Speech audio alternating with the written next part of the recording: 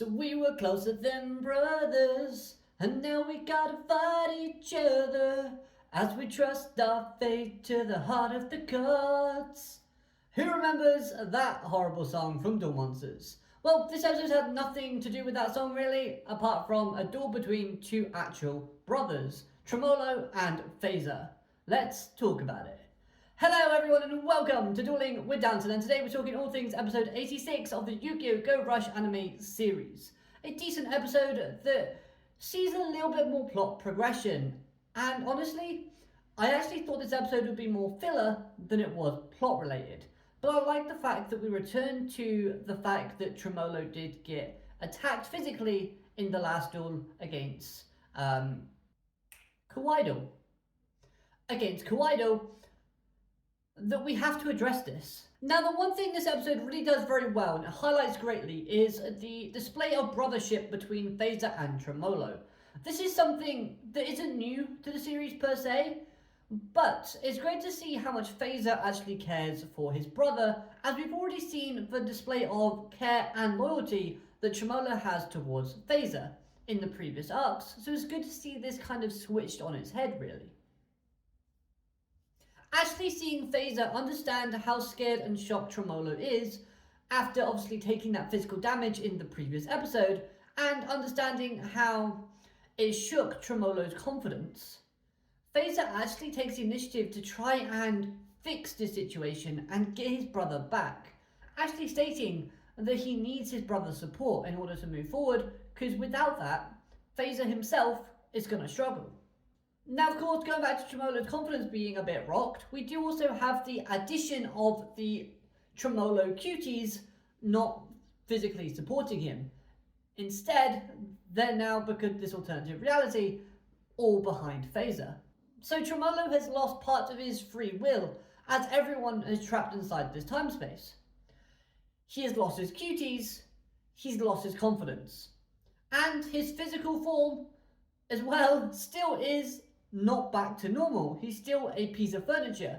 And I like how Manabu did the kind of, the Sugetsu kind of drawing technique that we've seen previously from other characters in order to help aid Tremolo in this duel, because again, he's furniture and he has no arms. Now this episode does also showcase that vulnerability to Phaser, but in that care of brotherly / love, as he expressed the need to have Tremolo by his side. I know I've just mentioned this, but I'm going to go into a bit more detail. So Phaser basically says without Tremolo's sort of input and advice, they can't come up with a great counter strategy. And this is a little bit of a stretch, but okay, we've seen how tactically smart and precise Tremolo can be. He can be useful in certain situations. So again, I do see the need for Tremolo's character to be back on his A game. Now, the duel does also help to showcase the brothers' connections, with them knowing each other's decks, but at the same time, it does show off how they've both grown as characters. Because we all know that Phaser's monsters have effects that are known for his graveyard being empty, so to speak. So Tremolo is playing this duel around that, trying to get the upper hand. Yet Phaser knows this flaw and has improved on his own deck's weakness throughout the series, and this is definitely shown in evidence in this very episode.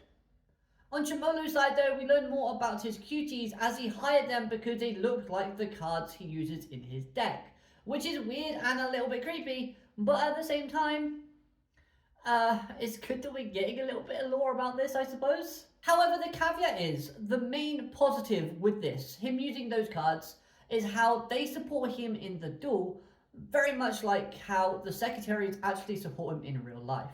And I like this. It's very wholesome in a little bit of a weird, quirky way. I don't know about anybody else, but I did think his cuties were the ones that made up his maximum.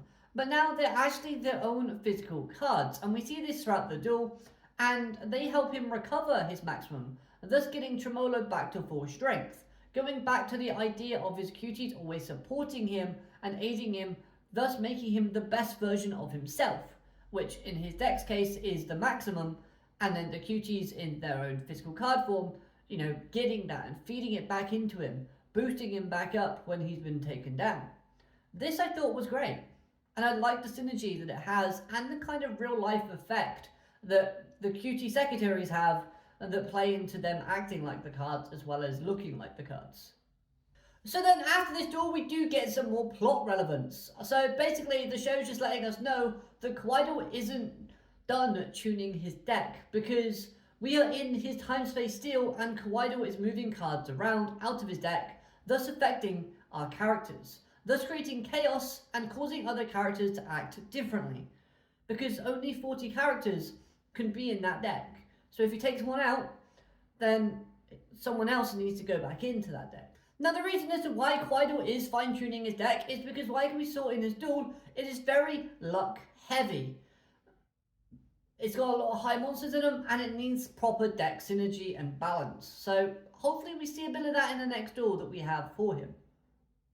Anyways, this was a decent episode of Go Rush, and I want to know your first impressions on this episode, and what did you think of the cutie's backstory? Was it too much?